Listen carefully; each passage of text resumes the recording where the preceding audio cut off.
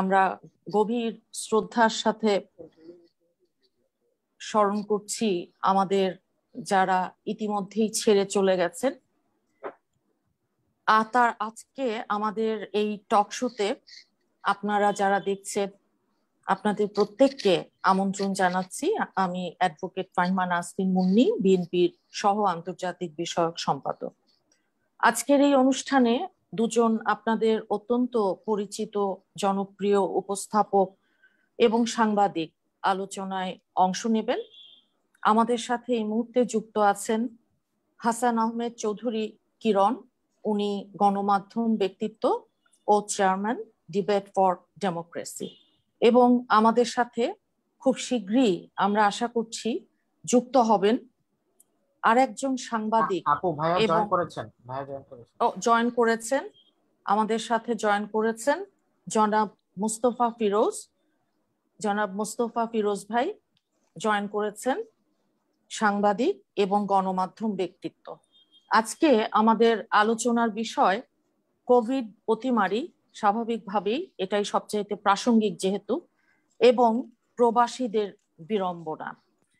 আমি সূচনা বক্তব্যে শুধু এটুকু মনে করিয়ে দিই যারা দর্শক আছেন যে এই করোনা অতিমারিতে আমরা কিন্তু শুরুর থেকেই আমরা দেখেছি যে কি ভীষণ একটা অব্যবস্থাপনা, কি ভীষণ সমন্বয়হীনতা, দুর্নীতি, এগুলোতে স্বাস্থ্য এবং চিকিৎসা খাতের যে বেহাল দশা, স্বাস্থ্য অধিদপ্তরই বলুন কিংবা স্বাস্থ্য মন্ত্রণালয় এবং বিভিন্ন মন্ত্রীদের বক্তব্য, আমরা শুনেছিলাম যে আমরা করোনার থেকেও শক্তিশালী। কিন্তু বাস্তবতাটা কি? বাস্তবতাটা চিকিৎসা মানুষের কিন্তু মৌলিক অধিকার। সেখান থেকে আজকে আমরা যে দেখছি যে এই স্বাস্থ্যমন্ত্রী এবং অন্যান্য বহু মন্ত্রী বিভিন্ন দেশে ভারত সহ দায় মাথায় নিয়ে পদত্যাগ করেছেন, কিন্তু বাংলাদেশে তো সেই রকম কোনো কালচার, কৃষ্টি, ঐতিহ্য তৈরি হয়েছে বলে আমাদের যা দেখছি না। তো আমরা শুরু থেকেই যদি দেখি, যখন থেকে করোনা শুরু হয়েছে, হোম কোয়ারেন্টাইন, আইসোলেশন, ইংরেজি শব্দগুলো দিয়ে মানুষের মধ্যে এক ধরনের বিভ্রান্তি কিন্তু তৈরি করা হয়েছে, যেগুলোর সাথে আমাদের মতন অতি সাধারণ মানুষ যারা আমরা মোটেই পরিচিত ছিলাম না, কিংবা এটার মর্মার্থ আমরা উপলব্ধি করিনি। সোশ্যাল ডিস্টেন্সিং কিংবা মাস্ক ব্যবহার করা এবং লকডাউন, কঠিন লকডাউন, সীমিত লকডাউন, একেবারে শক্ত লকডাউন, এরকম বহু কথা আমরা শুনেছি। কিন্তু প্রয়োজন কি ছিল? জনসচেতনতা তৈরি করা। এই বিষয়ে আমি সবচেয়ে প্রথমে আজকে আলোচনায় আমন্ত্রণ জানাচ্ছি জনাব হাসান আহমেদ চৌধুরী কিরণ, গণমাধ্যম ব্যক্তিত্ব, চেয়ারম্যান ডিবেট ফর ডেমোক্রেসি। আপনি প্রথমে যদি আপনার সূচনা বক্তব্য 3 মিনিটে বলেন, এবং পরবর্তীতে আমরা মোস্তফা ফিরোজ ভাই ওনার কাছে শুনব। মুনিয়াপা, আপনাকে ধন্যবাদ জানাচ্ছি এই করোনার অতিমারির সময় প্রবাসীদের নিয়ে এই ধরনের একটা আলোচনায় আপনার আয়োজন করার জন্য। আমার অত্যন্ত গুরুত্বপূর্ণ যে সহ আলোচক রয়েছেন যারা মোস্তফা ফিরোজ, যিনি সবচেয়ে বেশি বাংলাদেশের সাংবাদিকতায় এই অভিবাসীদের নিয়ে কাজ করে থাকেন এবং অভিবাসীদের সুখ দুঃখ, হাসি কান্না, নানা গল্প তিনি নানা মাধ্যমে সেটা ছড়িয়ে দেওয়ার চেষ্টা করেন, এবং তিনি আজকে আলোচনা যুক্ত হয়েছেন। তার জন্য আমি তার প্রতি কৃতজ্ঞতা জানাই। তার কাছ থেকে আমরা অত্যন্ত গুরুত্বপূর্ণ অনেক বিষয় জানতে পারবো। তবে আপনি যেটা শুরুতেই বলতে চেষ্টা করলেন সেটি হচ্ছে যে আমাদের দেশে মন্ত্রীদের পদত্যাগের কোনো রকম কোনো আপনি ইতিহাস বা কোনো কিছু দেখতে পান না। ভারতে ইতিমধ্যে দেখেছেন যে, আমরাও দেখেছি যে নরেন্দ্র মোদী সরকারের অনেকেই পদত্যাগ করেছে। বিশেষত আজকে আপনি স্বাস্থ্যমন্ত্রীর কথা বলবার চেষ্টা করেছেন, তো সেই জায়গাটায় স্বাস্থ্যমন্ত্রীর পদত্যাগের বিষয়টা কিন্তু আজকে আপনাদের বা আমাদের বা কারো পক্ষ থেকে নয়, স্বয়ং জাতীয় সংসদই কিন্তু সে আলোচনার বিষয়টি আলোচিত হয়েছে, এবং সরকারি দলে যারা রয়েছেন তাদের পক্ষ থেকেও কিন্তু এই ধরনের একটা আলোচনা উঠেছে, এবং যারা বিরোধী দলে রয়েছে তথাকথিত বিরোধী দল তারাও কিন্তু আলোচনায় স্বাস্থ্যমন্ত্রী পদত্যাগের কথা বলেছেন। আপনি দেখুন, আজকে আমরা প্রবাসীদের নিয়ে কথা বলবো। আমরা দেখেছি গত শুক্রবারে পত্রিকায় বিজ্ঞাপন দিয়ে স্বাস্থ্য মন্ত্রণালয়ের পক্ষ থেকে বলা হয়েছে যে করোনার টিকা খরচ হচ্ছে গিয়ে 3,000 টাকা করে প্রতি টিকায়। এখন করোনার টিকার কেনার দাম হচ্ছে গিয়ে 500 টাকা, তাহলে 2,500 টাকা করে যদি টিকা প্রদানের ক্ষেত্রে খরচ হয়, তাহলে 500 টাকার টিকা 3000 টাকা পর্যন্ত গিয়ে দাঁড়াচ্ছে। এবং আপনি দেখেছেন যে গণমাধ্যমে ইতিমধ্যে বিভিন্ন সংবাদ প্রকাশিত হচ্ছে, স্বাস্থ্যমন্ত্রীর ভাগ্নে পরিচয় বা ভাগ্নে যে তিনি একটি হাসপাতালে সেখানকার মধ্যে 400-500 টাকার যে লাইট সেখানে 3800 3000 টাকা করে তিনি সেখানে কিনেছেন এবং টেন্ডারে তিনি সেখানে পার্টিসিপেট করে সেই মাল সাপ্লাই তিনি দিচ্ছেন। তো এখানে তো আসলে বলবার আর কোনো অবকাশ রাখে না যে আমাদের এই করোনার এই যখন অতিমারি শুরু হলো সেই অতিমারির সময় থেকে এখন পর্যন্ত আমাদের কি ধরনের স্বাস্থ্য খাতের দুর্নীতি হচ্ছে এবং সেই দুর্নীতির খতিয়ান আমরা বিভিন্ন সময় সরকারের পক্ষ থেকে প্রকাশ করতে দেখেছি। আমরা দেখেছি যে করোনার যে টেস্ট কেলেঙ্কারি থেকে শুরু করে করোনার সময় যে পিপি দাম এটা সেটা সবকিছু তো আমরা দেখেছি।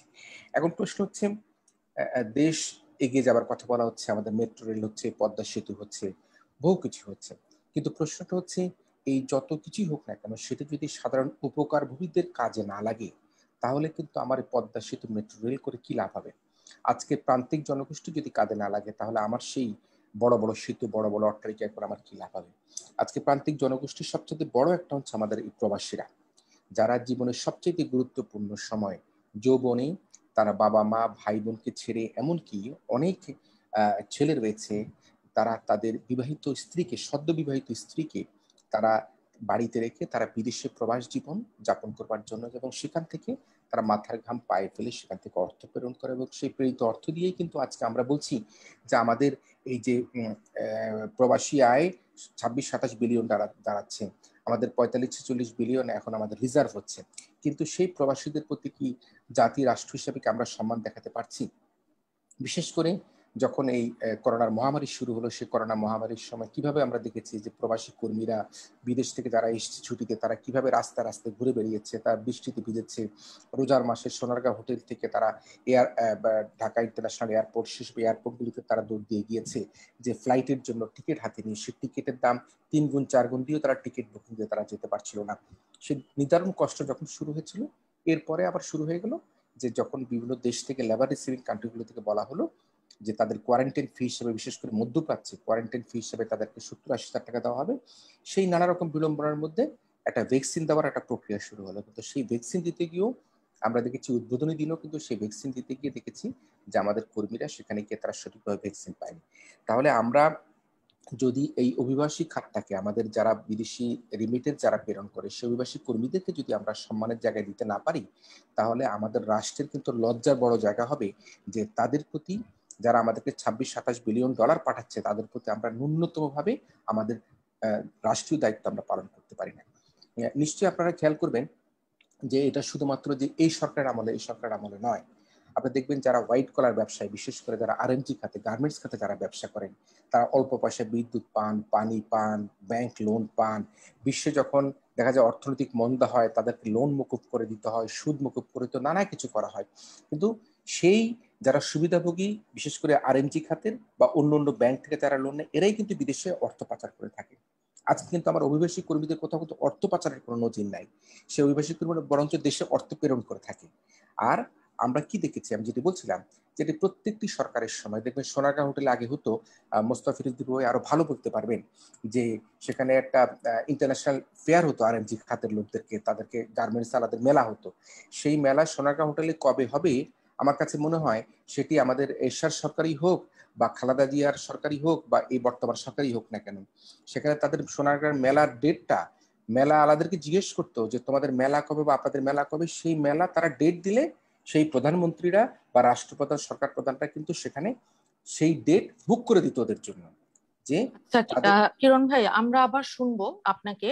আমাদের বক্তব্য, আপনার বক্তব্য যেটুকু এসছে, আমরা মোস্তফা ফিরোজ ভাইকে একটু শুনি। মোস্তফা ফিরোজ ভাই আমাদের সাথে, উনি তো আছেন, যে একই প্রশ্ন, একই যেটা আমি সূচনা বক্তব্যে বলেছি, যে কোভিড আমাদের অব্যবস্থাপনা, সমন্বয়হীনতা এবং সেই সাথে শাহিদ এবং সাবরিনা কাণ্ড, বিভিন্ন লাইসেন্স বিহীন যে হাসপাতাল গুলোকে দেয়া, এবং যারা দায়িত্বে আছেন তাদের বিভিন্ন সময়ের বক্তব্য, এটা যদি মুস্তফা ফিরোজ ভাই যদি একটু বলেন, আলোচনা শুরু করেন। জি, ধন্যবাদ। কিরণ ভাই যথার্থই বলেছে একটি বাস্তবতা, এবং তার প্রেক্ষিতে যে প্রবাসীরাও যে আসলে সেই সেবাটা থেকে বঞ্চিত হয়েছে এবার, সেই বিষয়টা খুব সুন্দরভাবে তুলে ধরেছে। বর্তমান মহামারীর এই সার্বিক ব্যর্থতা সাথে প্রবাসীরাও যে এর দ্বারা যে ক্ষতিগ্রস্ত হচ্ছে সেই চিত্রটা। আমারও একই বক্তব্য যে পুরো করোনা মহামারীর এই ব্যবস্থাপনায় সরকার সম্পূর্ণরূপে ব্যর্থ হয়েছে। একেবারে শুরু থেকে শেষ পর্যন্ত, শুরু থেকে এবং এখন পর্যন্ত যে পরিস্থিতিটা, সেটা একেবারেই মানে অ্যাডহক বেসিসে জোড়াতালি দিয়ে কোন রকমে তাল সামলানোর মতন এগোচ্ছে। রাজনৈতিক ব্যবস্থাপনায় ব্যর্থতা এবং প্রশাসনিক ব্যবস্থাপনায় চরমভাবে ব্যর্থ। এবং যতটুকু করোনা ব্যবস্থাপনায় নিয়ন্ত্রণের জন্য, প্রতিরোধের জন্য দরিদ্রদের সহায়তার নামে তাদের অর্থ, তাদের যে নগদ সহায়তা, ত্রাণ, সবকিছু লুটপাটের মধ্য দিয়ে এগিয়েছে। কোনো একটা জায়গায় টিকার ব্যবস্থাপনাটা এখন পর্যন্ত নিশ্চিত না যে কবে থেকে আমাদের টিকা ব্যবস্থাপনাটা শুরু হবে। এবং দেশের মানুষ তো বটেই, ইভেন প্রবাসীরা যে একটা অংশটা, যেই অংশটা কিরণ ভাই বললেন যে খুবই গুরুত্বপূর্ণ, যে খাতটা নিয়ে এই করোনা মহামারীর সময় আমাদেরকে বাঁচিয়ে রেখেছে, কিন্তু তাদের প্রতি ন্যূনতম সম্মান বা ভালোবাসা বা একটা যে কমিটমেন্ট, কোনো কিছুর বহিঃপ্রকাশ আমরা দেখলাম না। বরং যেটি কিরণ ভাই বলেছেন যে ওই সোনারগাঁ হোটেল, সেই টিকিট কাটা থেকে শুরু করে এবং টিকা নেওয়া পর্যন্ত তারা রাস্তায় রাস্তায় দৌড়ে বেরিয়েছে কুত্তার মতন।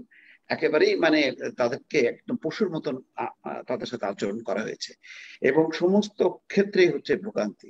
টিকিটের দাম তারা হলো 5 গুণ 10 গুণ করে বাড়ানো হয়েছে, সেটাও তাদের কাছ থেকে কেড়ে নেওয়া হয়েছে। এবং যখন নাকি চরম মহামারীর সময় আপনার যখন নাকি সংকটটা শুরু হলো, তখন বিভিন্ন এম্বাসিকে পাঠানো হলো নগদ সহায়তা, সেই সহায়তা পর্যন্ত প্রবাসীদের হাতে পৌঁছায়নি, এবং এম্বাসির যে কর্মকর্তারা সেগুলি তারা ভাগ বাটোয়ারা করে খেয়ে ফেললো, এবং রীতিমতো একটা লুটপাটের একটা আসর বসলো। কোনো প্রবাসী পাবেন না যে প্রবাসী বলবে যে হ্যাঁ সে ত্রাণ সহায়তা পেয়েছে, সে 2 দিন 3 দিন বা 5 দিন এই সহায়তা দিয়ে সে চলতে পেরেছে। অথচ ওই করোনা মহামারীর সময় কিন্তু হাজার হাজার আপনার কর্মী বেকার হয়ে পড়লো। বরং আমি বলবো যে ওই দেশে অবস্থানরত সরকার তাদেরকে খাইয়েছে, তাদেরকে চিকিৎসা দিয়েছে, কিন্তু সেই ক্ষেত্রে আমাদের দূতাবাসগুলো কোন রকম সহযোগিতা করেনি। যেই সহযোগিতা বা সহায়তাটা পাঠানো হয়েছিল দূতাবাসগুলোতে, তারা পুরোটাই সেটা বলতে গেলে লোপাট করেছে। এই হচ্ছে পরিস্থিতি।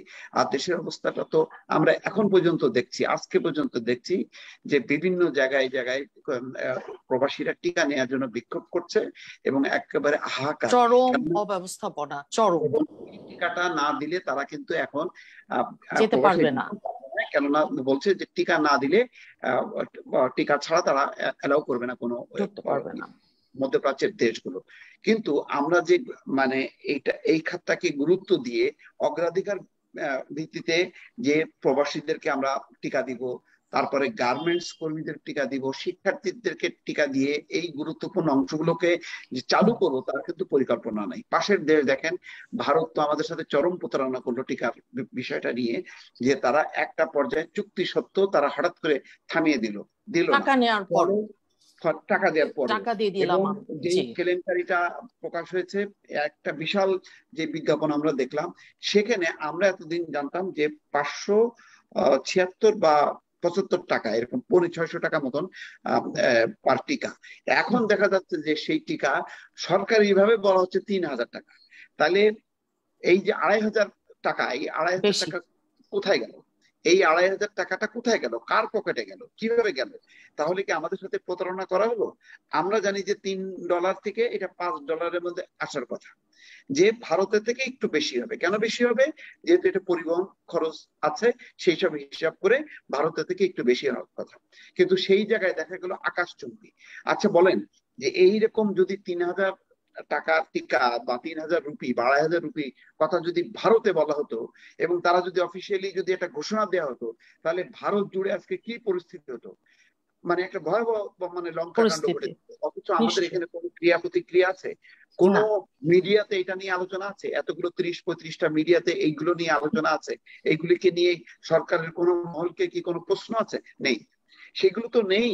বরং যেটা ওই প্রশ্নগুলো ছাড়াও শুধুমাত্র প্রবাস খাতটাকে বাঁচানোর জন্য যে জরুরি ভিত্তিতে যে প্রবাসীদেরকে টিকা দেওয়ার একটা সুষ্ঠু ব্যবস্থাপনাটা সেটা পর্যন্ত করলো না। আপনি বলেন যে এখন বিদেশে যাওয়ার জন্য কি পরিমাণ প্রবাসী থাকতে পারে, 3-4 লাখ 5 লাখ এরকম হয়তো হবে, কিরণ ভাই আমার চেয়ে ভালো জানেন।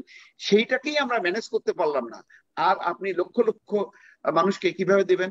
আপনি আবার ঘোষণা দিলেন যে এখন 35 বছর, এরপর দিলেন কি 18 বছর হবে, কবে হবে তার কোনো ঘোষণা নেই। আপনি কি এটা এই বছর হবে নাকি এর পরের বছর হবে, 2024-25 না 2030 সালে হবে, তার কোনো ঘোষণা নেই। অর্থাৎ পুরো দেশের মানুষকে আপনি হতাশায় রেখে তাদেরকে একেবারেই মানে অনিশ্চিত একটা পরিস্থিতির মধ্যে ফেলে দিয়ে আপনি বলছেন ঈদের পরের দিন থেকে লকডাউন দেবেন, কঠিন লকডাউন। তাহলে ঈদের যে মানুষ, যে কর্মজীবী মানুষরা দেশের বাড়িতে গেল, তারা ফিরবে কিভাবে ফিরবে? এবং এই প্রবাসীরাও তো আছে, এই প্রবাসীরাও তো আছে দেশের বিভিন্ন প্রান্তে। তারা টিকা নেওয়ার জন্য, তারা টিকা নেওয়া এবং বিদেশে যাওয়ার জন্য তারা ঢাকায় আসবে, তারা কিভাবে আসবে? মানে এগুলি কোন রকম গোজামিল একটা হজবরল পরিস্থিতির মধ্যে দিয়ে চলছে। সেজন্য বলছি যে পুরো ব্যবস্থাপনায় সরকার একেবারে চরমভাবে ব্যর্থ হয়েছে। অনেক ধন্যবাদ আপনাকে। আমরা আবার একটু কিরণ ভাই ওনার কাছে যাব। আমরা এখন এই মুহূর্তে ভ্যাকসিনটাই, টিকা যেটা, সেটাই হচ্ছে সবচাইতে বেশি জরুরি। বিভিন্ন দেশে আমরা যেটা দেখছি যে গত বছর যখন করোনার এরকম এত বড় একটা মহাবিপদ দেখা গেল, আমাদের দেশের জনসংখ্যা আমরা যদি হিসাব করি 35-36 কোটি টিকা দরকার, অথচ আমাদের এই যে ভোটারবিহীন মধ্যরাতের যেই সরকার, তারা কেবলমাত্র একটি প্রাইভেট কোম্পানির উপর নির্ভর করলো, ভারত থেকে সেরাম, সেখান থেকে তারা টিকা আনবে, কিন্তু সেটাও আপনার হলো না। তাদের দেশে যখন বেড়ে গেল ভীষণভাবে করোনা, তারা বন্ধ করে দিল 80 লাখ টিকা দেওয়ার পর। এখন 17 কোটি মানুষের দেশ, এখন 2টো করে ডোজ। আমাদের জনসংখ্যা, শিশু 18 বছর তার নিচে বাদ যদি রাখিও, তাহলে প্রথম ডোজের পরে তো 80 লক্ষ লোক দ্বিতীয় ডোজই পায়নি, দ্বিতীয় ডোজ যেটাতে নেয়ার কথা। তো এই যে এইরকম একটা অবস্থা, আবার শুনেছিলাম একজন মন্ত্রী বলেছিলেন 5000 ডোজ টিকা চেয়েছে তাদের এই আমাদের সরকারের কাছে হাঙ্গেরি। এখন সেরাম আবার কবে টিকা দিবে আমরা জানি না। তারপর ভারত এটা না দেওয়ার পরে চায়না যখন দিতে চেয়েছিল সেটাও আমরা নিতে পারিনি। তো চীন তখন নিলে হয়তো সহজেই আমরা পেতাম। তো কিরণ ভাই, আপনি ভ্যাকসিন, টিকা, এটার আমাদের যেই একটা টোটাল একটা ব্যর্থ একটা চিত্র, যেটা ফিরোজ ভাই সুন্দর করে তুলে ধরেছেন, এটার উপর যদি আপনি একটু আলোকপাত করেন, এখন যে টিকা কূটনীতিতে আমরা কি ভীষণভাবে ব্যর্থতার পরিচয় দিয়েছি। না, আপনি দেখুন যে এখন প্রশ্ন হচ্ছে, দেখা যাবে কি আমাদের আগামী ডিসেম্বরের মধ্যে আমাদের বাংলাদেশের টিকায় সয়লাভ হয়ে যাবে। কারণ সারা পৃথিবীতে টিকা দেওয়া যখন প্রায় শেষের দিকে আসবে, যখন উৎপাদনকারীদের টিকা যখন তাদের কাছে মজুদ হয়ে যাবে, তখন আমাদের টিকা আসবে। যেটা মোস্তফা ফিরোজ দীপু ভাই যেটা বললেন যে 18 বছরের বয়সী লোকদের, বাচ্চাদের টিকা দেওয়া হবে, কিন্তু সেই টিকা কবে দিবে? এখন প্রশ্ন হচ্ছে, যখন সারা পৃথিবীতে টিকা উদ্বৃত্ত হয়ে যাবে, সেই টিকা বাংলাদেশে আসবে, তখন 18 কেন 16, 15, 14 সবাইকে টিকা দেওয়া সম্ভব হবে। কিন্তু এখন আমাদের ভাবতে হবে যে ডাক্তার আসিবার পূর্বে যদি রোগী মারা যায়, তাহলে ডাক্তার আসিয়ে আমার কি লাভটা হইল? আমার যদি সেই টিকা যদি আমার আগামী নভেম্বর ডিসেম্বর পর্যন্ত দেশে সয়লাভ হয়ে যায়, তাহলে সেই টিকা দিয়ে আমার কি লাভ হলো? কারণ আমি ইন্টারাপ্ট করি কিরণ ভাই, আজকে আমার সাথে ফারিয়া চৈতির কথা হচ্ছিল, ওই যে আপনার লাটভিয়াতে, সে তার অভিজ্ঞতার কথা বললো যে সেখানে হাসপাতালগুলোতে এত অ্যাভেলেবেল, ওখানে গেলে বললো যে তুমি কোন টিকা নিবা, ফাইজার, মডার্না নাকি অ্যাস্ট্রাজেনিকা, মানে নানান রকমের টিকা সাজিয়ে নিয়ে তারা বসে আছে। ওয়াক-ইন ক্লিনিক বলছে এটাকে, ওয়াক-ইন ক্লিনিক, যে আপনি যখন খুশি হেঁটে যাবেন, আপনাকে টিকা দিবে তারা। ওদের দেশে অলরেডি মানে হয়ে গেছে। এরপরে আপনি ঠিকই বলছেন যে মানে তাদের প্রয়োজন ফুরানোর পরে তাদের ওই উচ্ছিষ্ট গুলো আমাদের এখানে আসবে, তখন তোমরা দাও, এই অবস্থা। না ঠিকই, চীন তো দিতে চেয়েছিল, তখন তো আমরা নেইনি। পরে তো কি চীন সহজেই তো ভ্যাকসিনটা পাওয়া যেত। তাদেরকে নেইনি তা না, তাদের সাথে যে আচরণটা করা হয়েছে মানে কূটনীতির ভাষার মধ্যে পড়ে না। ওটাই তো টিকার কূটনীতি, ওই জন্যই বলেছি। সামান্য টাকা চেয়েছিল তারা, ট্রায়ালের জন্য সামান্য টাকা। জি এখন জি, কিরণ ভাই বলুন। এখন তো সেই টিকা বাংলাদেশে সেই টিকা হয়তো বাংলাদেশে আসবে, দেখবেন আগামী 2 মাসের মধ্যে কিন্তু ভারত থেকেও বলবে তোমাদের টিকাও না এবং আরো অতিরিক্ত টিকা লাগলে তোমরা আমাদের কাছ থেকে কিনতে পারো। এখন প্রশ্ন হচ্ছে যে আমার হচ্ছে কি এখন এই মুহূর্তে আমার চিকিৎসা দরকার, আমার এই মুহূর্তে অক্সিজেন দরকার, এই মুহূর্তে আমার ভেন্টিলেশন দরকার। আমি যদি মানুষকে বাঁচিয়ে রাখতে না পারি, সেই টিকা, সে অক্সিজেন, সে ভেন্টিলেশন পেয়ে আমার লাভটা হবে কি? তো সুতরাং সরকার আগাম বলে রেখেছে 18 বছর পর্যন্ত মানুষকে বা ছেলে মেয়েদেরকে সবাইকে টিকা দেওয়া হবে, সেটি ঘোষণা করে রেখেছে সরকার একটা ক্রেডিবিলিটি দেখানোর জন্য। কিন্তু আদৌ সেই টিকাটা কখন পাবে? আমরা যখন এটা অনিশ্চিত। যখন আমরা কাতরাচ্ছি তখন পাবো না আমরা পরে পাবো? এখন গ্রামে গঞ্জে যদি একটা চিত্র আপনি দেখেন, তাহলে কিন্তু গ্রামে গঞ্জে কিন্তু এখন যেখানে টিকা রেজিস্ট্রেশন করেছে সেখানে কিন্তু মানুষ টিকার লাইন ধরে কিন্তু এখন টিকা পাচ্ছে না। কি কারণের জন্য এত টিকা দেশে আসছে? কি কারণের জন্য রেজিস্ট্রেশন করার পরেও এতদিন পর মেসেজ আসছে? যেটি মোস্তাফিজ, দীপু ভাই এবং মুন্নিয়া আপনারা দুজনই বললেন, এখন ইউরোপ আমেরিকায় কিন্তু গাড়িতে যাচ্ছে, গাড়িতে বসে কিন্তু টিকা ডোজ দিয়ে দিচ্ছে, ক্লিনিকগুলোতে টিকা দিয়ে দিচ্ছে, নামতেও হচ্ছে না, নামতেও হচ্ছে না। ক্লিনিক, হ্যাঁ, নামতে হচ্ছে না, নামতে হচ্ছে না। তো সেই অবস্থার প্রেক্ষাপটে আমাদের গ্রামের মানুষরা কিন্তু এখন টিকা নিতে উৎসাহিত হচ্ছে, তারা কিন্তু টিকা নিতে চাচ্ছে, কিন্তু সেই টিকা কিন্তু পাচ্ছে না।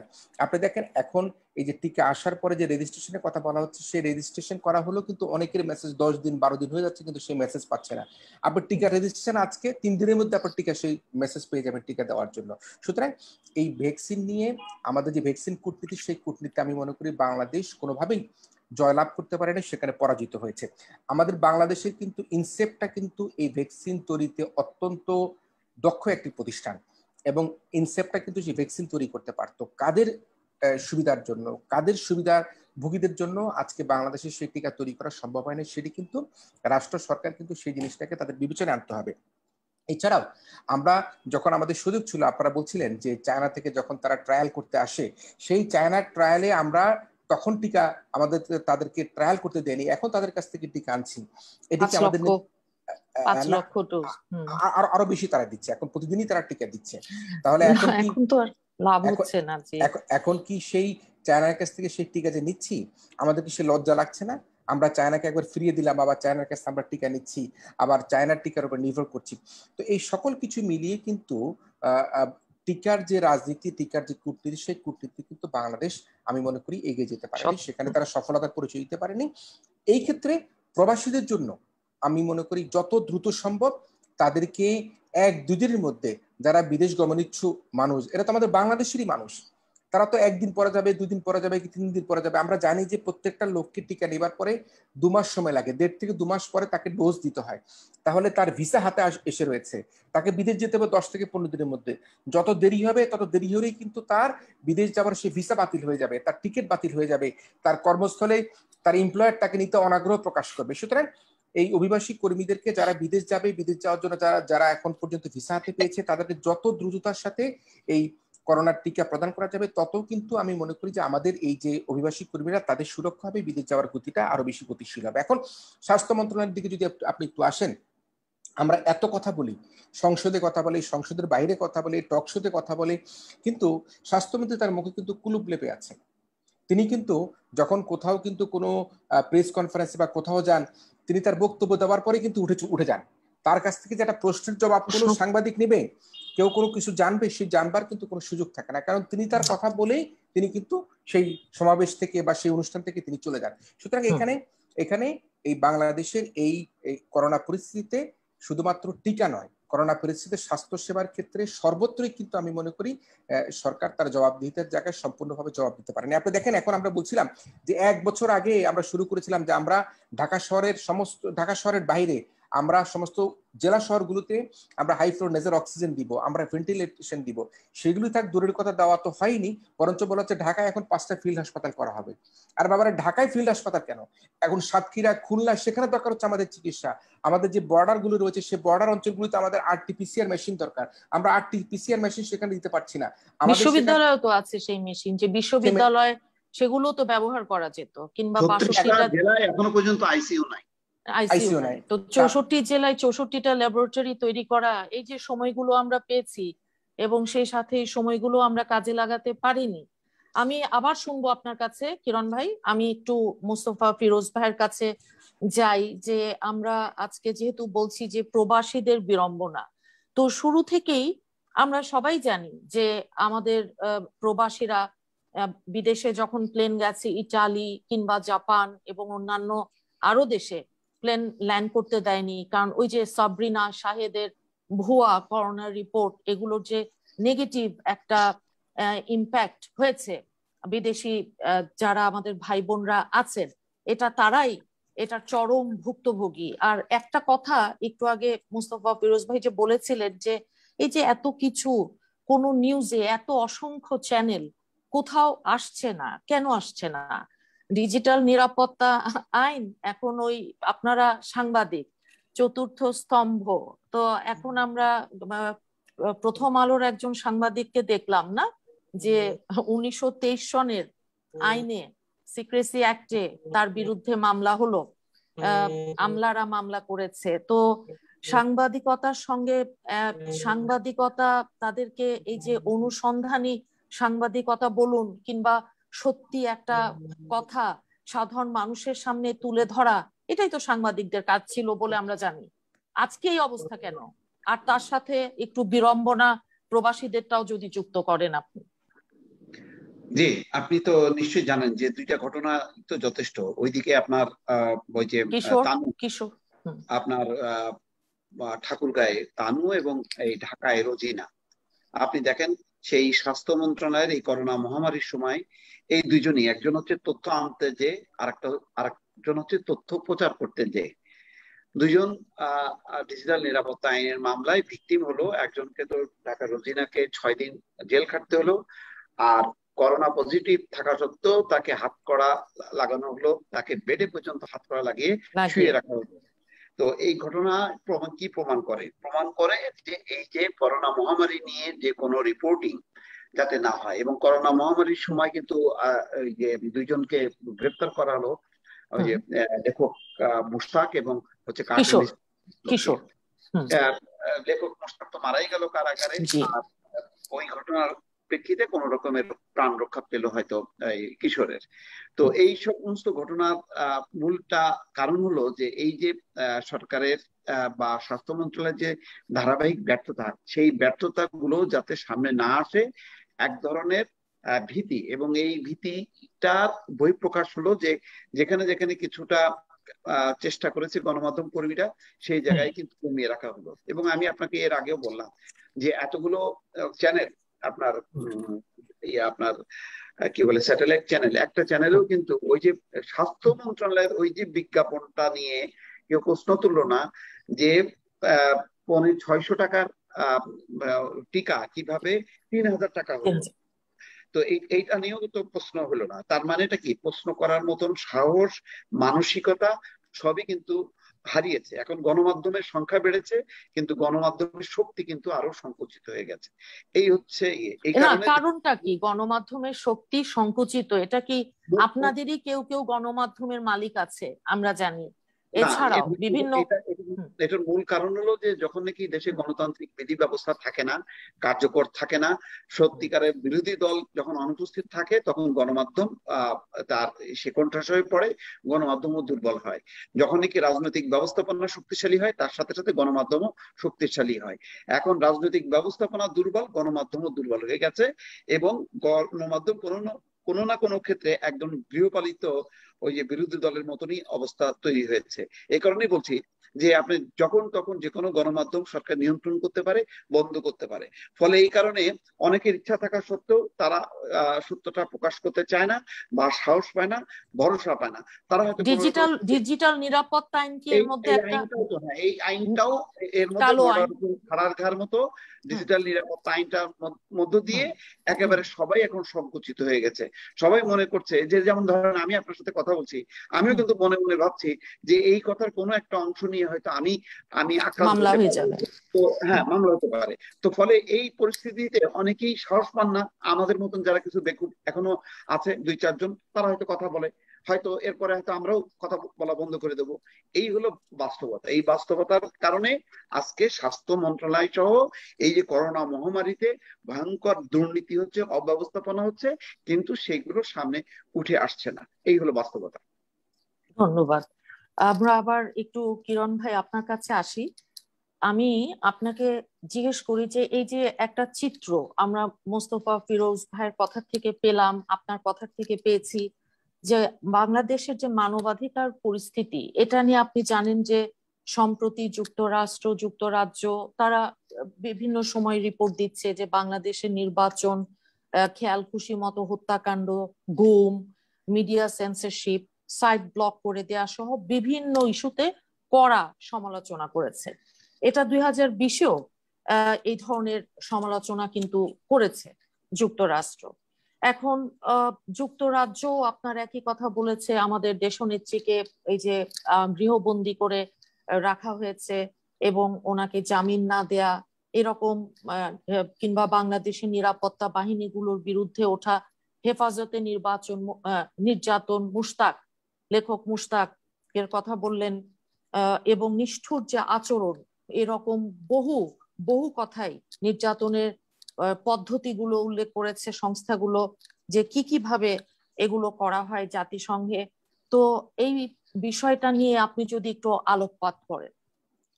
জি, বেগম জিয়ার তো চিকিৎসা পাওয়ার অধিকার রয়েছে, তার বেঁচে থাকবার অধিকার রয়েছে, এবং সেক্ষেত্রে বেগম জিয়ার চিকিৎসা নিয়ে যখন তিনি করোনায় আক্রান্ত হলেন, তাকে হাসপাতাল না হলো, তখন থেকে কিন্তু বিএনপির পক্ষ থেকে বারবার বলছিল তার যে উন্নত চিকিৎসা, তার চিকিৎসার জন্য তাকে বিদেশ নেওয়া প্রয়োজন। তখন নানা রকম ভাবে প্রশ্ন করা হলো যে একজন যিনি কারাবন্দী তাকে কিভাবে বিদেশ নেওয়া হবে। কিন্তু আমরা কিন্তু এই নজির দেখেছি যে জেলে থাকাকালীন অবস্থায় কিন্তু এই ধরনের নজির বাংলাদেশে আছে, তাকে চিকিৎসার জন্য বিদেশে পাঠানোর সুযোগ তৈরি করা হয়েছে। আর তাছাড়া বেগম জিয়া তো বাংলাদেশের তিনবারের প্রধানমন্ত্রী, তিনি বিদেশে যাবেন, চিকিৎসা নেবেন, তিনি আবার দেশে ফিরে আসবেন। তার এই চিকিৎসার সুবিধা থেকে বঞ্চিত করা মানবাধিকারের একটা বড় ক্ষতি হয়েছে বলে, লঙ্ঘন হয়েছে বলে আমরা মনে করি। এবং এই ক্ষেত্রে আপনি যেটি বললেন বাংলাদেশে গুম খুন, যে হত্যা রাজনীতির কথা যেটি বললেন, এটি তো বরাবর আপনারা বলেই আসছেন, সবাই বলে আসছে, আমরাই বলে আসছি। আমাদেরকে এই জায়গা থেকে যদি বেরিয়ে আসা না যায়, আজকে যারা সরকারে আছে তারাও কিন্তু একসময় বিরোধী দলে যেতে পারে, আজকে যারা বিরোধী দলে আছে বা যারা আজকে রাজপথে আছে তারাও কিন্তু সরকারে আসতে পারে। সুতরাং এই জায়গাগুলোতে কিন্তু সকলেরই শিক্ষা নেওয়া উচিত যে কোনোভাবেই কিন্তু এটি কাম্য নয়। নিশ্চয়ই আপনাদের মনে আছে, আমরা যদি অনেক একটু সামান্য দূরে যাই, আমরা ইলিয়াস আলীর কথা যদি ধরে রাখি, সেই ইলিয়াস আলীকে চৌধুরী আলমকে ধরে রাখি, আমরা কিন্তু তাদেরকে এখনো পর্যন্ত সেই রহস্যের উন্মোচন কিন্তু ঘটাতে পারিনি। তার পরিবার কিন্তু এখনো জানতে পারেনি তিনি কি জীবিত আছেন কি মৃত আছেন। তো 600-র উপরে, আমাদের 600-র উপরে গুম। জি, তো সেই গুম এবং খুন যদি এগুলি হয়ে থাকে, বিচার বহির্ভূত হত্যাকাণ্ড কোনো হয়ে থাকে, তাহলে এগুলি কিন্তু কোনোভাবেই কিন্তু রাষ্ট্রের কাছে কাম্য নয়। এইগুলি বন্ধ করা যদি না যায়, তাহলে কিন্তু দেশের সুশাসন ফিরিয়ে আনা যদি না যায়, আইনের শাসন যদি ফিরিয়ে আনা না যায়, তাহলে আজকে দেশের যে গণতন্ত্রের কথা বলা হচ্ছে, আজকে যে বিনা ভোটে নির্বাচনের কথা বলা হচ্ছে, মধ্যরাতের ভোটের কথা বলা হচ্ছে, পরবর্তী নির্বাচন নিশ্চয়ই আপনারা দেখতে পাচ্ছেন যে এনআইডি কার্ড স্বরাষ্ট্র মন্ত্রণালয় নিয়ে গেছে নির্বাচন কমিশন থেকে। তো পরবর্তী ভোট কিভাবে হবে সে কিন্তু মানুষের মধ্যে একটা শঙ্কা থেকেই যায়। মানুষ হয়তো ভাবতে পারে যে মধ্যরাতে নির্বাচন সরকার এখন আর চায় না, সরকার অন্য কোনো ভাবে কোনো নির্বাচন চায়, সেই নির্বাচনের প্রক্রিয়ার অংশ হিসেবে এনআইডি কার্ডের যে ব্যবস্থাপনাটা, সেটি হয়তো এখন স্বরাষ্ট্র মন্ত্রণালয়ে নিয়ে গেছে। মানুষের এই ধরনের যে নানা রকম ভাবে নানা রকম শঙ্কা রয়েছে, সেই শঙ্কা দূর করা কিন্তু সরকারের দায়িত্ব।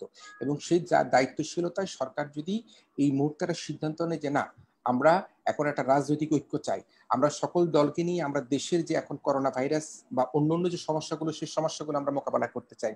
করোনার এই অতিমারি মোকাবেলা করবার জন্য আমার উন্নয়ন বাজেটের এখন তো টাকা দরকার নাই, সেই উন্নয়ন বাজেট থেকে আপনি অর্থ নিয়ে এসে প্রবাসীদের টিকা দেন, প্রবাসী বিদেশ যেতে গিয়ে টিকিটের সাবসিডি দেন, আপনি ফ্রি এয়ার জোন করে দেন। আপনি বাংলাদেশে ফ্লাইটের টিকিট কেন বেশি হচ্ছে, তার কারণটা নরেন্দ্র মোদীর মতন লোক ভারতের সকল রাজনৈতিক, তার প্রধান প্রতিদ্বন্দ্বী সকল রাজনৈতিক দলকে নিয়ে এই পর্যন্ত 4 থেকে 5 বার এই করোনা মহামারীর সময় জাতীয় পর্যায়ে তারা জুম মিটিং করেছে, ডায়লগ করেছে। হ্যাঁ, আর আমাদের এখানে একটা দেন, আপনি সব বিরোধী দল বাদ দেন, নিজের জোটের যে কি একটা মহাজোট আছে, ওই মহাজোট নিয়েও কি কোনো একটা কোনো মিটিং করলো? সেরকম মিটিং তো দেখলাম না। না, এখন তো আমলারাই তো সব করছে, তাই না? এখন তো বিভিন্ন জেলাতে আমলারাই তো করছে যে কি হবে কর্ম পরিকল্পনা নির্ধারণ। এখন সমস্ত দায়িত্ব হচ্ছে আপনার জেলা পর্যায়ে ডিসি, সচিব, যুগ্ম সচিব, তারা করছে। কাজেই এখন দেখা যাচ্ছে তো রাজনীতিকরা সাইড লাইনে, এ কথা তো সংসদেই আলোচনা হয়েছে, যারা শাসক দল আছে বিনা ভোটে তারাই করেছে। আচ্ছা, আমি আরেকটা ছোট আবার আইনের শাসনের একটা ছোট একটা প্রশ্ন করি, যে দক্ষিণ এশিয়ায় 6টি দেশের মধ্যে বাংলাদেশের চতুর্থ অবস্থানের সূচক যুক্তরাষ্ট্র ভিত্তিক আন্তর্জাতিক সংস্থা দ্য ওয়ার্ল্ড জাস্টিস প্রজেক্ট বা WJP থেকে জানা গেছে। এখন প্রতি বছরই এই ধরনের রিপোর্ট প্রকাশ হয়, আর এটার জন্য তো রিপোর্ট কিংবা আন্তর্জাতিক কোনো রিপোর্টের প্রয়োজন নাই সত্যিকার অর্থে, কারণ আমাদের কমন সেন্সই তো রিপোর্ট, যে সাধারণ মানুষই যে গুম 600-র ওপর খুন, আমাদের এই বিরোধী দলের ভিন্ন মত কেবল এই কারণে যেই ধরনের অত্যাচার নির্যাতনের শিকার হচ্ছে। আপনি ফটোগ্রাফার আন্তর্জাতিক ভাবে স্বীকৃত শহীদুল হক সাহেবের কথাই ধরুন, ওনাদের মতন মানুষজনকেও যেখানে এই ধরনের নির্যাতনের শিকার হতে হচ্ছে। বৈশ্বিক আইনের শাসন সূচকে গত বছরের প্রতিবেদনে বাংলাদেশ 126টি দেশের মধ্যে 112তম অবস্থানে ছিল। এখন সংস্থাটির 2018 সালের সূচকে বাংলাদেশ 102তম অবস্থানে থাকলেও দক্ষিণ এশিয়ায় দেশগুলোর মধ্যে বাংলাদেশের অবস্থান এই বছর একই হয়েছে। এখন বাংলাদেশের পেছনে রয়েছে কেবল পাকিস্তান আর আফগানিস্তান। এই হলো চিত্রটা।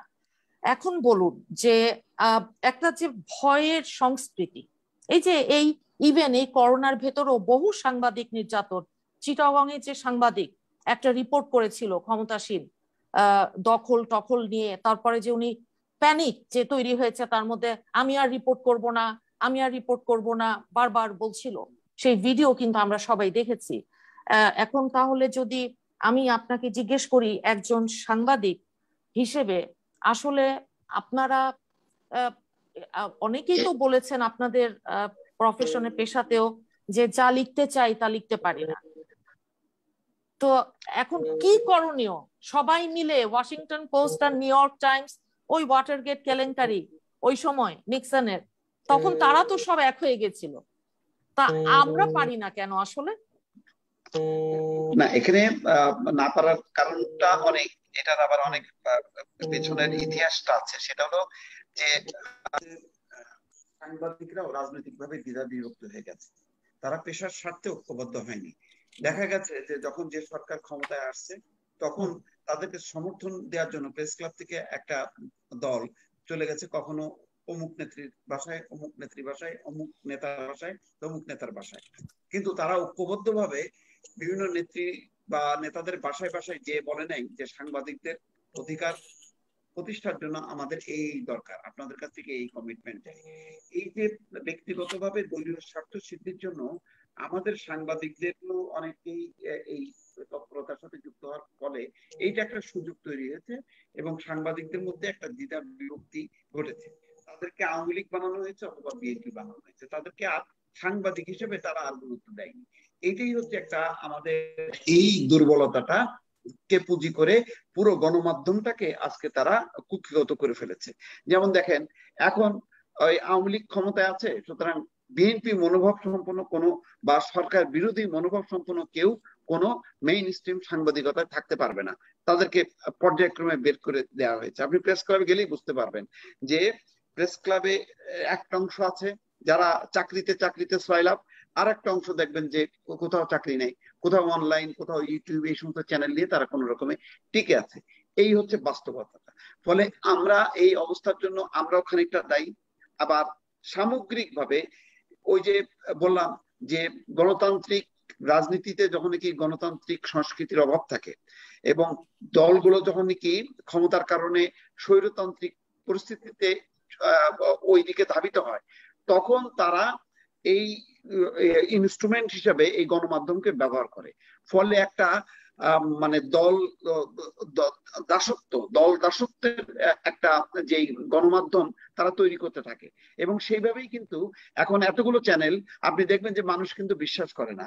মানুষ ওই ডয়েচে ভেলের প্রতিবেদন বিশ্বাস করে, বিবিসির প্রতিবেদন বিশ্বাস করে, বিদেশ থেকে যদি কেউ অনলাইনে আপনার কোনো টকশো শুরু করে মানুষ ওইগুলো দেখে। কিন্তু আমরা আমাদের দেশীয় কোনো চ্যানেলের আপনি দেখবেন যে টকশোতে কেউ দেখে না, বিশ্বাস করে না। ফলে এই হলো পরিস্থিতি। সুতরাং এইসব কারণে আসলে এখন মানে পুরো রাজনৈতিক ব্যবস্থাপনার যদি পরিবর্তন না ঘটে, তাহলে কিন্তু আপনি কোনো জায়গা থেকে আপনি শুধু বিচ্ছিন্নভাবে গণমাধ্যমের কাছ থেকে আপনি সত্য জিনিস পাবেন বা আশা করবেন, এইটা কিন্তু নেই। মানে এই জায়গাটা একেবারেই আস্তে আস্তে বিলুপ্ত হয়ে যাচ্ছে। এই কারণেই হয়তো সাগর রুনির যে হত্যা, নির্মম হত্যাকাণ্ড, সেটার বিচার সাগররুনি তো দূরের কথা, আমরা 6 ঘন্টা রোজিনা সচিবালয়ের মধ্যে থাকলো, তাকেই আমরা উদ্ধার করতে পারলাম না, রক্ষা করতে পারলাম না। সবার চোখের সামনে দিয়ে তাকে ওই আদালতে যেতে হলো, কারাগারে যাইতে হলো, তাই না? নিশ্চয়ই। যে আমি এখানে যোগ করতে চাই, দিবাকর সাথে যোগ করতে চাই, আপনি সাংবাদিকদের বিভক্তির কথা বললেন। এই জাতীয় প্রেস ক্লাবে তো নেতৃত্ব দিয়েছিল জাতীয়তাবাদী ফোরামের সাংবাদিকরা, নেতৃত্ব দিয়েছিল একসময়, কিন্তু তাদের নেতৃত্বের চরম ব্যর্থতার কারণের জন্য কিন্তু আজকে তারা সব জায়গা থেকে ছিটকে পড়েছে। তারা যখন নেতৃত্ব প্রদান করেছে, সেই নেতৃত্ব প্রদান করবার সময় তার সহকর্মী যারা ছিলেন, তারা অন্য সাংবাদিকতা করেছেন, তাদেরকে কতখানি পাশে দাঁড়িয়েছেন আমি জানি না, কিন্তু তারা তাদের আরেকজন নেতা গাজী সাহেব, তিনি এখন জেলে আছেন। তাদের মধ্যে কি দেখেছেন আপনি এখনো পর্যন্ত কোনো প্রতিক্রিয়া? তারা হঠাৎ করে অনলাইন একটা ব্রিফিং করবে, অনলাইন ব্রিফিং করে তারা তাদের মধ্যে অনেকেই চায় কিনা আমি জানি না যে গাজী সাহেবকে আসলে জেলেই থাকলে ভালো নাকি না বের হইলেই ভালো। গাজী সাহেব যখন জেলে, তখন দেখা যাচ্ছে তাদের ফোরামের একটা ইলেকশন হচ্ছে, সেই ইলেকশনে অন্তত পক্ষে তিনি জেলে আছেন, তাদের সভাপতি ছিলেন, তাদের নেতা ছিলেন, তাকে ভোট দিয়ে তাকে জয়যুক্ত করে তার ভিতরে সম্মান দেখানো তো দরকার ছিল। কিন্তু সেই গাজী সাহেবকে মুক্ত করবার জন্য এখনো পর্যন্ত কি জাতীয়তাবাদী ফোরামের যে সাংবাদিকরা তারা একত্রিত হয়ে রাষ্ট্রের কাছে প্রমাণ করতে পেরেছে যে না, আমাদের এই লোকটিকে অন্যায়ভাবে সেখানে গ্রেফতার করে রাখা হয়েছে? পারেনি, কারণ তাদের মধ্যেও কিন্তু নানা রকম বিভক্তি হয়েছে। সেই বিভক্তি আমি মনে করি যে অনেক এজেন্টও আছে, তারা সরকারের অনেক এজেন্টও আছে এর মধ্যে লুকায়িত, যারা প্রতিনিয়ত ভাবে এই তারা ওই বিপক্ষের খবরাখবর সরবরাহ করে যাচ্ছে। না, সেটা কিন্তু তার বাইরে যে কথাটা আপনি বলেছেন, যখন গণতন্ত্রের অভাব হয়, সুশাসন না থাকে, ন্যায় বিচার এবং সেই সাথে যে আনুষঙ্গিক বিষয়গুলো যেগুলো একটু আগেই আইনের শাসন আমরা বলেছি, এখন আমরা অনুষ্ঠানের শেষের দিকে চলে এসেছি। আপনাদের দুজনের কাছেই একটা প্রশ্ন করি, আর তার সাথে আপনারা যদি প্রবাসীদের আরো আনুষঙ্গিক কিছু আপনাদের কোনো সাজেশন, সুপারিশ থেকে থাকে সেটাও বলবেন। দেখেন, রিপোর্টার্স উইদাউট বর্ডার্স এরা এই নামক সাংবাদিকদের স্বার্থ রক্ষার্থে সদা জাগ্রত আন্তর্জাতিক সংস্থা অতি সম্প্রতি একটি প্রতিবেদন প্রকাশ করে জানিয়েছে, সারা বিশ্বের বাক ও ব্যক্তি স্বাধীনতার সূচকে 180টি দেশের মধ্যে বাংলাদেশের অবস্থান 152তম। ওই রিপোর্টে সংস্থাটি বাংলাদেশের শাসক গোষ্ঠীকে কি খেতাবে ভূষিত করেছে তা আমরা সবাই জানি। তো এখন আমরা তো এগুলো দেখছি, এর সাথে তাও দেখছি যে বিভিন্ন মানবাধিকার সংস্থায় যে রিপোর্টগুলো, যে বিচার বহির্ভূত হত্যাকাণ্ডের শিকার হয়েছে, এই 2021-এর জানুয়ারি থেকে জুনে 32 জন, কারাগারে মারা গেছে 41 জন, আইন শৃঙ্খলা রক্ষাকারী বাহিনীর পরিচয় অপহরণ, গুম 6 জন, 120 জন সাংবাদিক পেশাগত দায়িত্ব পালনকালে হামলা, মামলা, নির্যাতনের শিকার হয়েছে।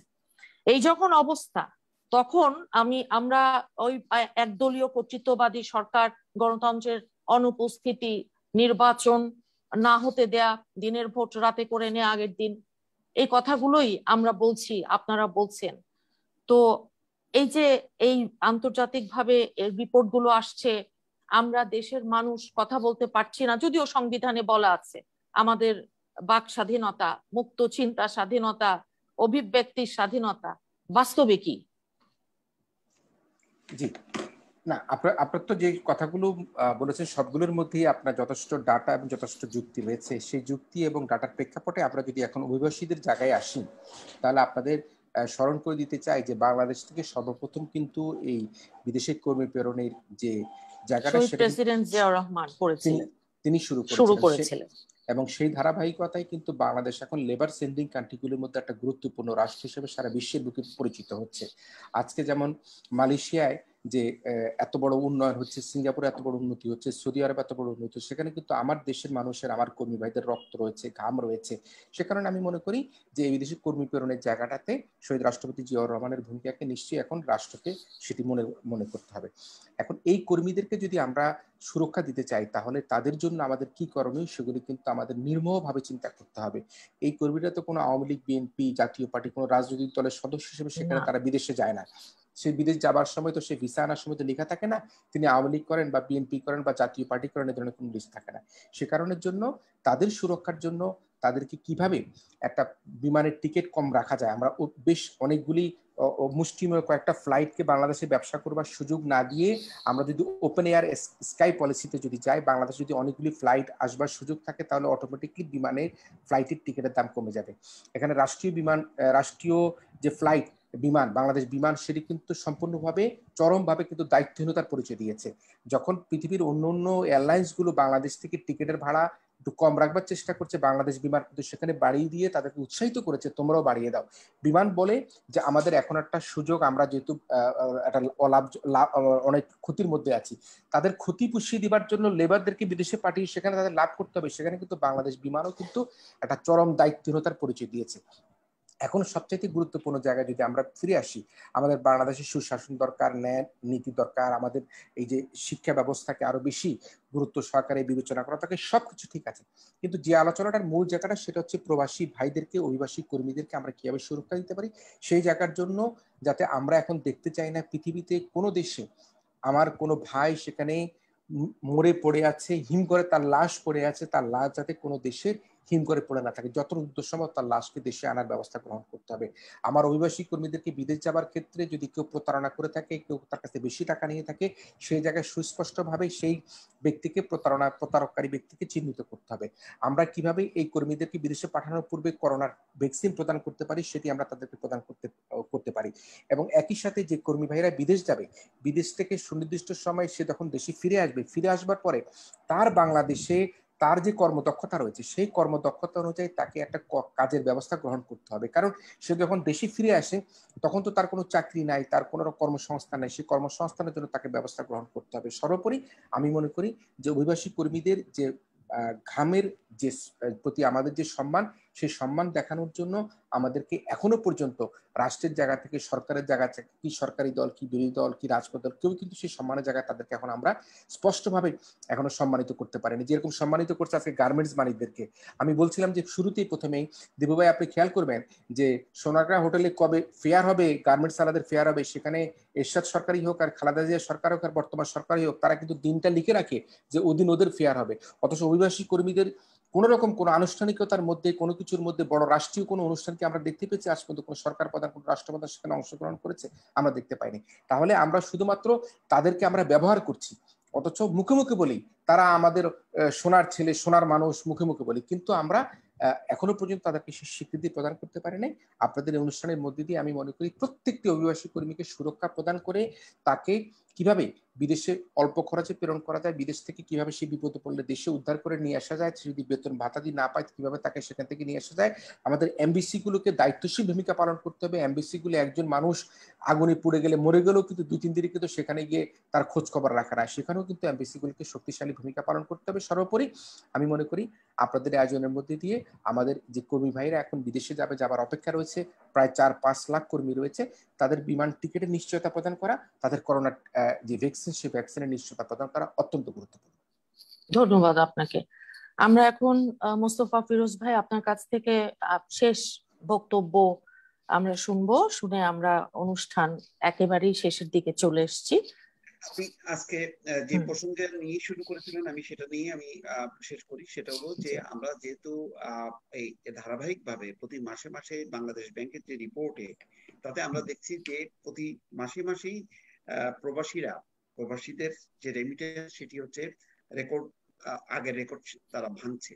এই পরিস্থিতিটাকে আমরা যদি ধরে রাখতে হয়, কেননা এখন নানান কারণে হয়তো রেমিটেন্স আসছে, সে হয়তো আর বিদেশে চাকরি বাকরি নেই, প্রচুর চাকরি হারা হয়ে যাচ্ছে লক্ষ লক্ষ প্রবাসী শ্রমিকের, ফলে তারা হয়তো তাদের সঞ্চয়গুলো সব পাঠিয়ে দিচ্ছে। সেই কারণে হয়তো রেমিটেন্সটা হয়তো একটু বেশ ভারী ভাবে আসছে। আবার সরকারের কিছু প্রণোদনাও আছে 2%, সেটা হয়তো একটা কারণ।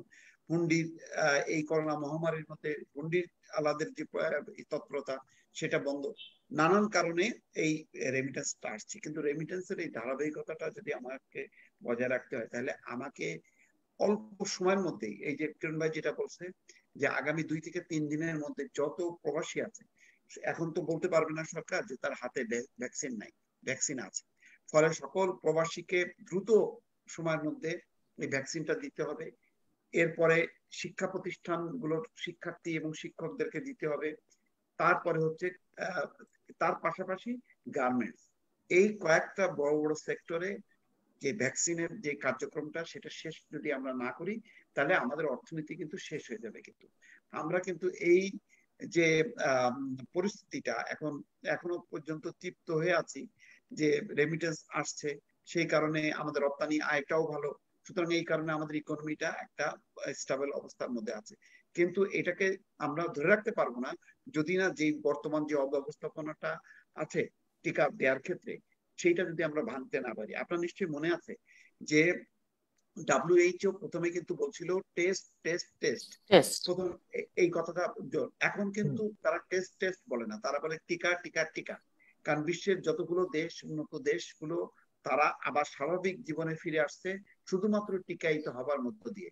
সুতরাং আমরা আমাদের দেশের মানুষকে যতক্ষণ পর্যন্ত আমরা 70-80% মানুষকে যদি টিকায়িত না করতে পারি, তাহলে কিন্তু আমরা এই লং টাইম লকডাউন দিয়ে কিন্তু আমরা পরিস্থিতি সামাল দিতে পারবো না, এবং এই লকডাউনটা বিফলে যাবে এবং একটা জগা খিচুড়ি পরিস্থিতি তৈরি হবে, বিশৃঙ্খল একটা পরিস্থিতি তৈরি হবে। সুতরাং সরকারের উপরে সবারই একটি চাপ তৈরি করতে হবে, দাবি রাখতে হবে যে আগামী 6 মাসের মধ্যে, 3 মাসের মধ্যে সারা দেশের মানুষকে টিকায়িত করতে হবে। টিকায়িত করার মধ্য দিয়ে আমাদের স্বাভাবিক অর্থনৈতিক জীবন বা জীবনযাত্রাটাকে সচল রাখতে হবে। ধন্যবাদ। অনেক ধন্যবাদ আপনাদের দুজনকেই আজকের সুন্দর আলোচনার জন্য। একদম শেষে আপনি যে টিকার কথা বললেন, সত্যিকার অর্থে এই পর্যন্ত কত পার্সেন্ট আমাদের বাংলাদেশের জনসংখ্যার হয়তোবা 3% মানুষ টিকার আওতাভুক্ত হতে পেরেছে। 3 কিছু হবে, তার বেশি নয়। আমরা আশা করব যে যারা বাংলাদেশ সিঙ্গাপুর হয়ে গেছে, বাংলাদেশ সুইজারল্যান্ড, এরকম অনেক কিছুই বলেন, যে অন্যান্য দেশের দিকে তাকিয়ে দেখবেন স্বাভাবিক জীবনে যারা ফেরত এসছে উন্নত দেশগুলো 60-70% মানুষকে তারা টিকার আওতায় আনতে পেরেছে।